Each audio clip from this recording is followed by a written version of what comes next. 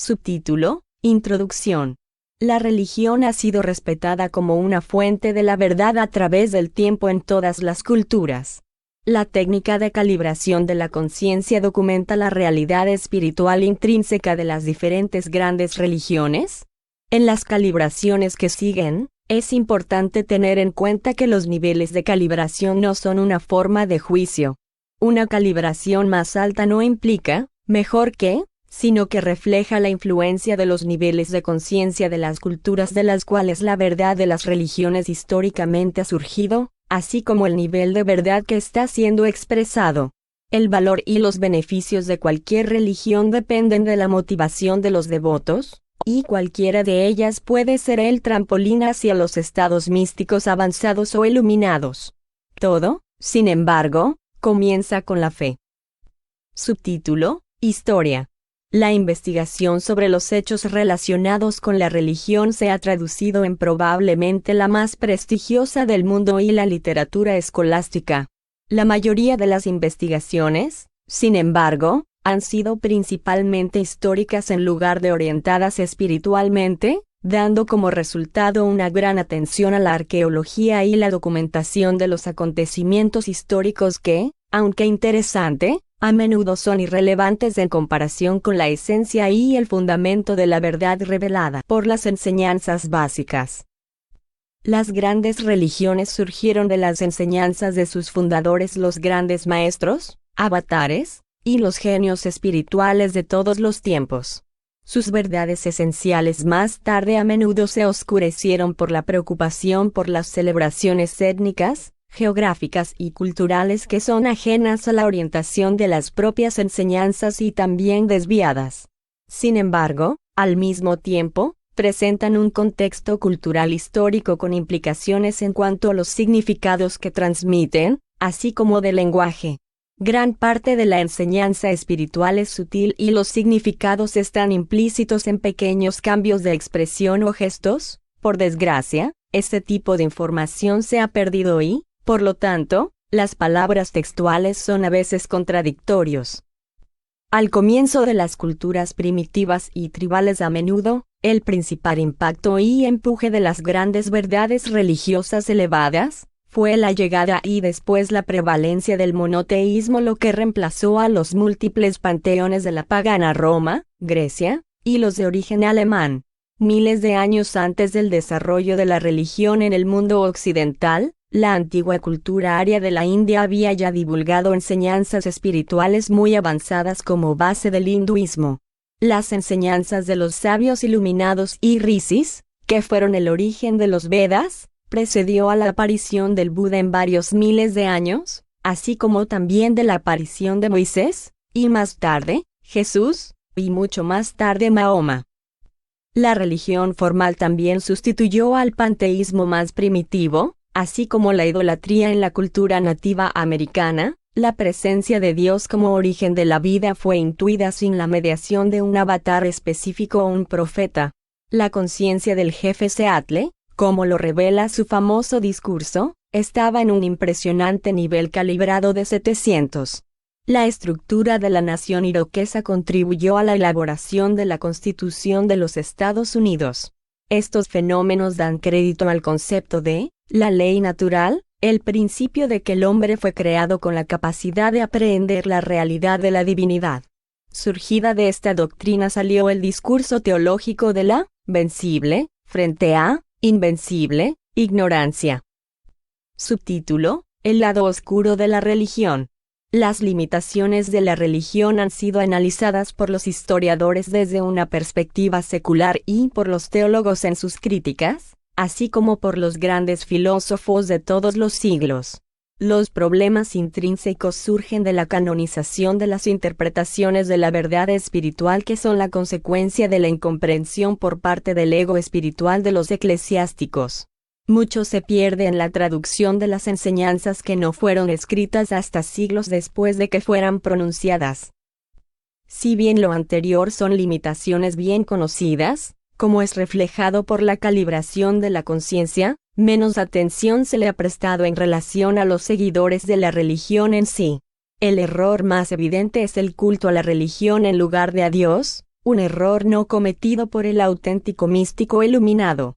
Mientras que la religión provee de inspiración, los hechos espirituales, e información importante, es sólo lineal, localizada en el cuerpo del tiempo de los conceptos y no la realidad en sí misma.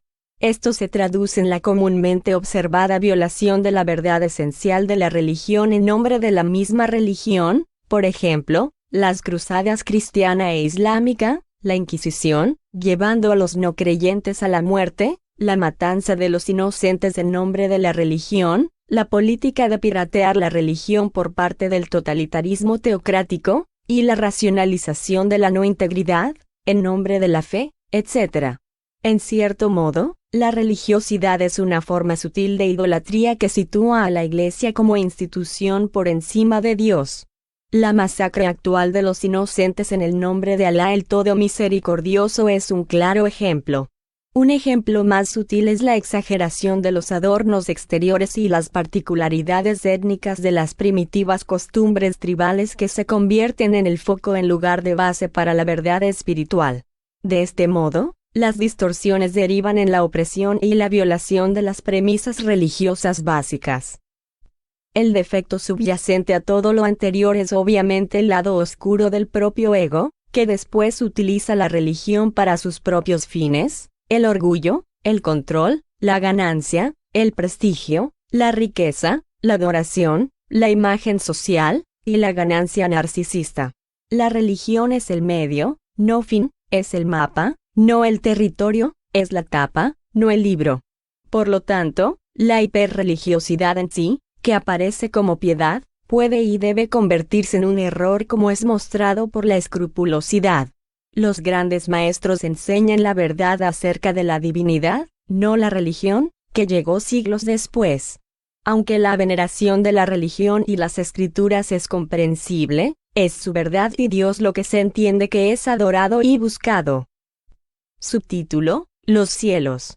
La investigación revela que los cielos espirituales no físicos, los reinos celestiales, calibran a partir de 200 hasta el infinito y es comparable a la escala calibrada de los niveles de conciencia. La evolución espiritual continúa después de que el alma abandone el cuerpo, y gravita hacia los niveles óptimos para continuar la evolución. Dentro de los niveles celestes, también hay subregiones de los diferentes y diversos grupos espirituales religiosos que comparten una identificación específica. Por lo tanto, las reclamaciones de exclusividad del cielo realizada por varios grupos religiosos tienen una validez relativa, parcial, pero son falsas como premisa general. Ningún grupo o religión tiene la exclusiva del cielo, sino que es el conducto a una región específica, como consecuencia de un sistema de creencias compartidas. Ninguna religión tiene la exclusiva de la verdad, y la propia afirmación en sí es una falacia limitante. Esta afirmación calibra a 985. Que hayan múltiples cielos, resuelve el contencioso de los posicionamientos religiosos que, en el pasado, se han utilizado para intimidar las desviaciones de la ortodoxia. Los reinos espirituales no físicos por debajo de 200 son tradicionalmente denominados como reinos astrales, los cuales son una vez más estratificados desde los elevados a los medianos y bajos, las distintas profundidades de los infiernos. El destino post-mortem del alma, que continúa subjetivamente como conciencia, es conforme a la absoluta justicia de la divinidad, solo es la consecuencia del ejercicio de la voluntad espiritual. Por lo tanto, el destino espiritual del alma está determinado por la elección y la orientación. El juicio es por tanto un proceso continuo y automático. Como un corcho en el mar, el alma es colocada por su flotabilidad intrínseca.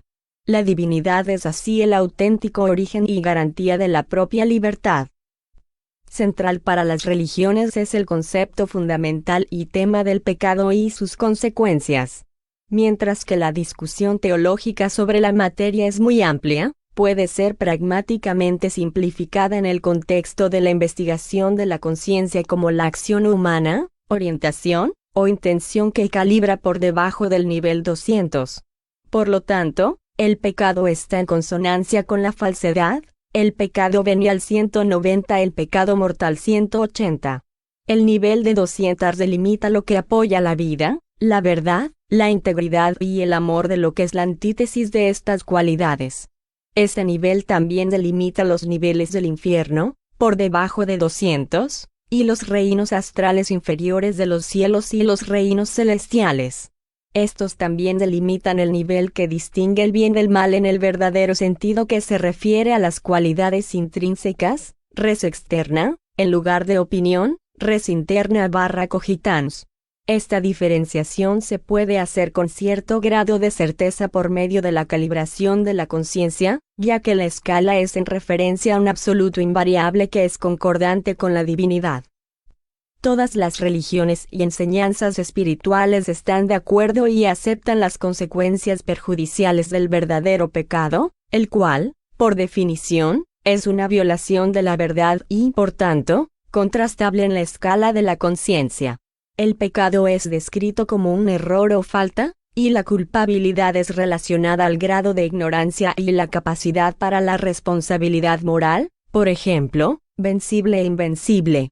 Esto se refleja en la opción de condenar o perdonar y las oportunidades para el arrepentimiento, la restitución, la confesión, o la compensación por las buenas obras.